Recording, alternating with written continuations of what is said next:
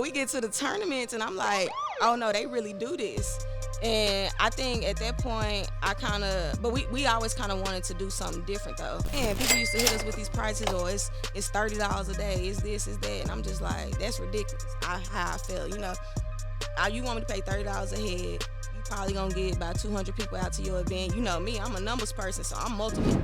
But I done had to have some uncomfortable conversations because a parent will come at us sideways like, oh, it costs this much to get into a tournament, plus you want us to play at the gate. But you're not understanding. My husband probably really in debt. I don't feel like no child should be disrespectful to no adult. In that same sentence, I don't expect for no adult to ever approach a child. Like you said, I've been knowing you just through my husband. From the first event we attended with you, it has already changed several times since we've been there. You'll add this, or a DJ all day, or we got this.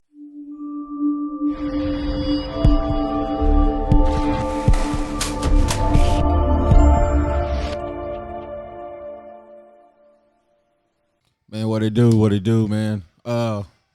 This gonna be different today. It's gonna be a little bit different. This is the first time I probably done something like this. I got a parent. I just pulled out the stands. I'm gonna let her introduce herself, and we just gonna try to talk just youth sports because I see all the time, like in social media, hear it through the grapevine, just all kinds of stuff that parents don't understand. Why this coach act like this, do this, why this tournament's this way, that way. We finna just talk about it all real quick and just keep everything straight, real, authentic, 100. So introduce yourself and tell people what team does your kid play for? So I'm Danielle Hill. I actually have two kids. They kind of play for both different teams. So my husband coaches Texas Storm. He has a couple different teams on those levels. So my oldest plays for the high school Texas Storm. Most of those are sophomores and freshmen. And then you got my middle child, Mikey. He plays for Pro Skills. They're 4th or 5th grade division, depending on what tournament we in. Gotcha. How long have you been involved in youth sports? Probably about 12 years now. We've been doing it. We started out at the Y. And then we kind of just wanted something more competitive that went on to the field house. And now we just, do a lot of tournaments, try to travel and get out there a little bit more. So when was the first time, can you remember, that y'all did y'all first tournament? Because obviously it was a different experience, probably. Yeah. Not just even from the playing side, just how everything worked. Because, when you go to the YMCA, you used to just going in, sitting down, watching your kid play. Now when you do tournaments, it's just kind of different because every tournament is different, Oh, yeah.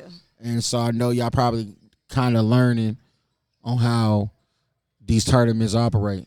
When was y'all first tournament, and what was that like? So our first tournament, I would say, was probably back, maybe about 3-4 years ago. And me and Michael, we laugh about it a lot, my husband, the one who coached, because that first tournament we went to, it was our younger kids. They was like in the 3rd grade, and we didn't know what to expect. And when I tell you we couldn't get past half court, it was a whole different ball game. But we got our tails beat. Got popped. Something bad. I think everybody experienced that. I was telling my story about that. Actually with a coach today. I was like, man, we YMCA, we thought we was all that in a bag of chips, and then you find out what that other side really looks like. Yeah. So y'all got popped. So from there, what made y'all continue wanting to play and do the tournaments? I mean, really, it was about, I come from a competitive side anyway. I used to play basketball when I was younger, and my husband, he was more on the football side of it, but we both were always competitive. So I think just kind of being in that competitive environment, it really kind of made me want to say, I want to experience more of this, and I want the kids around me to want this, because you got different level of kids. Some of them, they just out here just to play. But some of them, they on a whole nother level with it, and that's exciting to me. So I like them type of kids.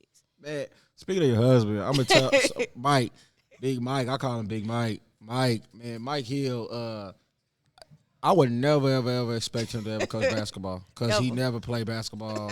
And I mean, you don't have to play a sport to be good. I'm not throwing at that, but it's like I always just a guy like him. I seen him in the hallways. I just knew he was gonna do something with football, whether it's keep playing in college or coaching football, whatever. So when I saw him for the first time, I'm like, you doing basketball? Like that was surprising. Like what? And he been at it. He's definitely been faithful. He been grinding, kind of learned the hard way. So I'm pretty sure. Speaking of that, kind of like y'all notice once again the difference between YMCA rec ball to tournament, the rosters. Oh yeah. Like y'all was probably used to from game 1 to game 8, this is our team. And that's what it is. But then you go to a tournament, and it be sometimes you see a kid done play with this team this weekend, and then the next week they with somebody else, or they done play with this team at 9:00 in the morning, and then by 11:30 they playing with this other team. Like, how was that for y'all? And then what was that light bulb like? Okay, yeah, this is really different. Man, you know what? When we got to the field house, even the field house was more competitive than the Y. And I at first started noticing at the field house, like, man, you got people playing with like 3 and 4 teams. You know, like you said, that's unheard of in the Y. So I'm just like, where the loyalty at? Yeah. So, we get to the tournaments, and I'm like, oh, no, they really do this. And I think at that point, but we always kind of wanted to do something different, though, because that's probably the aspect of the tournament life that I really never cared for, that switching up of the teams, I can see you play maybe for 1 or 2. I understand that, but when you switching 5, 6 teams, to me, that's a little bit much. Yeah. It's like you got to have a little bit more loyalty, is how I feel. Yeah. No, for real, man. And when I jumped into this thing, I start seeing the same thing. So I'm like, well, I have to get even play the same playing field. So I guess I got to go recruit too and get a new kid here and there. I'll tell you now, if I see a kid out there that I like, I'm going to come holler at you. What they say, if you can't beat them, join them? Yeah, you can't beat them, join them. Or come join me, whatever. That too, look, that too. That's just what it is. Man, let's kind of get into we got a sculpture of an idea, the pros and the cons and comparing oranges to apples. Talk about your opinion. Like, how do you feel as a parent, just keeping it 100? How do you feel about going to a tournament and paying certain prices? And then for you, if you do got to pay a price, what price do you think you should pay to get into that event? Okay. And keep it 100. Okay. All right. And hey, look. I'm made out of tough skin. You can talk about my event too. I don't care. I'm because I see this stuff on social media, and it just, and you know what? Sometimes y'all as parents, and it's okay, y'all might not be educated what really goes on behind this. But now you might have a better idea because you are a coach's wife, and you might hear and see some of the phone calls that you didn't understand maybe 2 years ago. Right. But like I said, as a parent, talk about those prices. Okay. So like you said, I'm on both ends of it, right? Okay. When we first started out, when we wasn't in it like a lot, man, people used to hit us with these prices, or it's $30 a day, it's this, it's that, and I'm just like, that's ridiculous. How I feel, you want me to pay $30 a head, you probably gonna get about 200 people out to your event. You know me, I'm a numbers person, so I'm multiplying, like, how much money you making? Mm-hmm. I'm thinking it's a gimmick, right? So I didn't care for it initially, but like you said, coming on this side of it, and then especially because we're more so in the point where my husband got 6, 7 teams now, so we out here fighting for gym space and all this other kind of stuff. And I done had to have some uncomfortable conversations with parents because my husband, he's not that type. He's not really gonna let you know that you got under his skin. But I done had to have some uncomfortable conversations because a parent will come at us sideways like, oh, it costs this much to get into a tournament, plus you want us to play at the gate. But you're not understanding. My husband probably really in debt over this because gyms is costing more and more every day. Like, Man. We used to be able to rent a court maybe for like $25 an hour a couple seasons ago. This was just a couple seasons ago. And what's that price now? Man, you talking about 100, and that's if some of them don't want to deposit on top of the court fee, Right. And then you can't do it just for an hour because every parent want their child to be elite. It take more than an hour to do that, or you want your child to be in a good event, so you got to pay for that. You want your child playing in like these Kelligent, whatever, these schools. If you don't want them playing at them little rinky-dink churches and stuff, that stuff costs. that stuff costs money. So just like inflation is, you know, around everywhere else, everything else, it's the same thing happen in the youth sports. But parents don't understand that, you know. They want a lot for a little.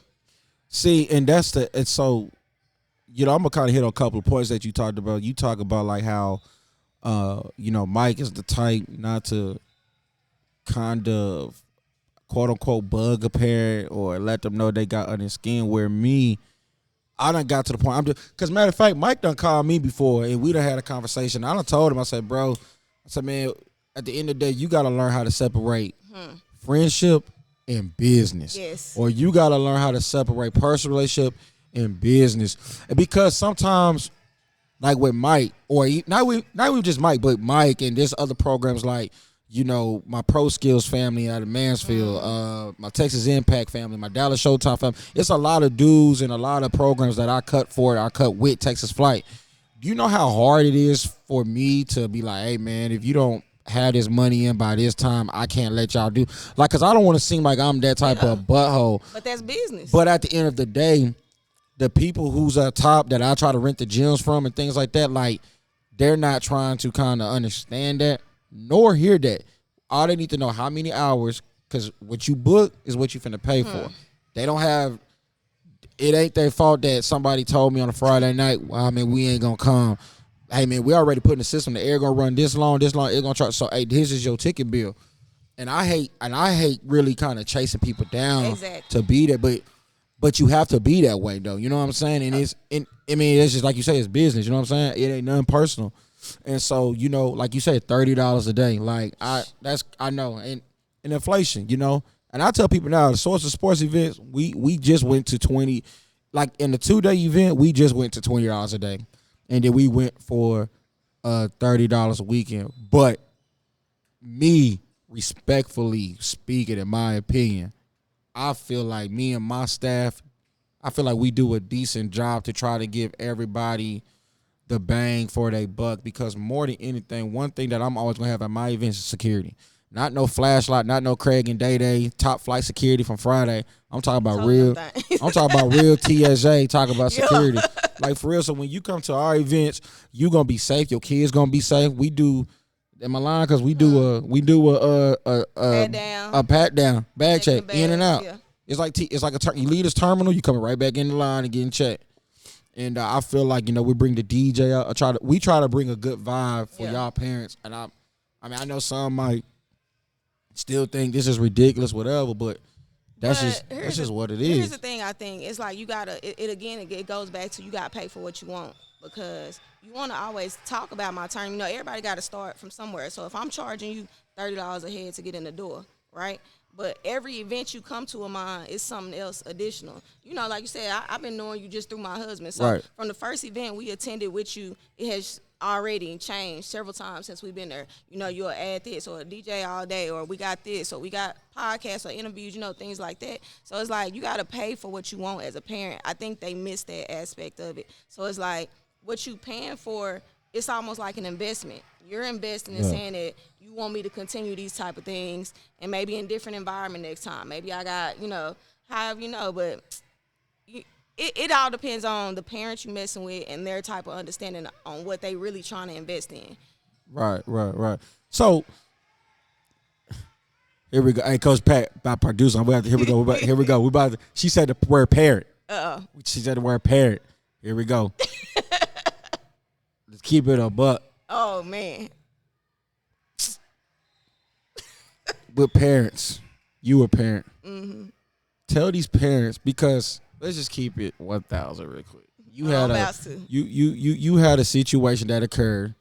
Yeah. You know, I ain't gonna say where it was at, whatever. Yeah. But the situation that occurred, I'm pretty sure for whatever the reason would have happened, you know, whether you was trying to turn the left cheek, the right cheek, however, you know, and I get that the person that said it, we probably can look back like, you know what, I recognize you are this. You're a child, you know what I'm saying?